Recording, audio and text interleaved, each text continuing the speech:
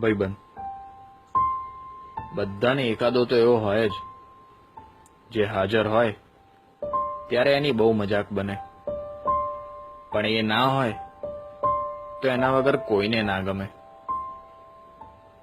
જેને 10 વાગે મળવું હોય તો 9:30 નો ટાઈમ આપવો પડે, કેમ કે 5 જ મિનિટમાં પહોંચ્યો, એવું તો એનું રોજનું હોય. ભાઈબંધ બીજો એક ભિખારી ભાઈબંધ બી હોય, જેની જોડે રૂપિયા તો બહુ હોય પણ કદી કાઢે નહીં. પાકીટ ભૂલી ગયો યાર, હમણાં તું કાઢ ને, હું તને પછી આપું. અને એ પૈસા તમારે ભૂલી જવાના. બેનપણી દરેક જગ્યા પર એક રોતડી તો હોય જ, જેને હાલ જ બ્રેકઅપ થયું હોય અને રોઈ રોઈને બધાની મેથી માર્યા કરે. એક વિચિત્ર બેનપણી બી હોય, જે દર વખતે બધાથી આડી જ ફાટે. જ્યારે બધા તૈયાર હોય ત્યારે એના જ નખરા હોય. એ બેની જોડે ત્રીજી સેલ્ફી ક્વીન બી હોય, જે કેમેરો ચાલુ થતા જ બતક જેવું મોઢું કરીને ઉભી રહી જાય.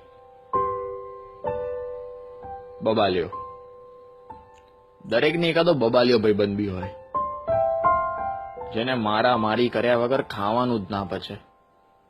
ભાઈ એક મેટર થઈ યાર, અરે તું ચિંતા ના કર, બસ પહોંચ્યો હું. મિત્ર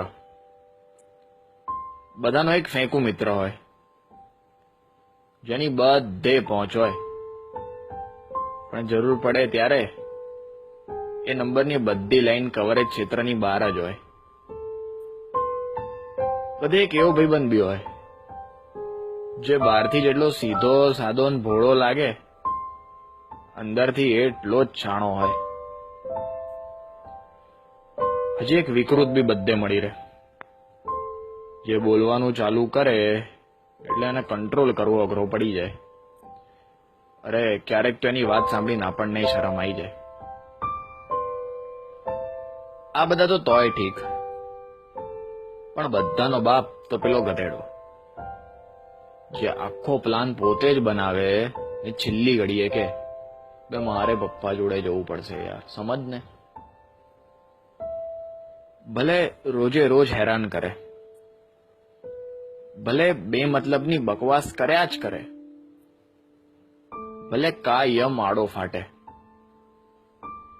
પણ સાચો ભાઈબંધ તો એ જ, જે જરૂર પડે 2 લાત મારીને કહે ચિંતા ના કર, તારો ભાઈ હજુ બેઠો છે.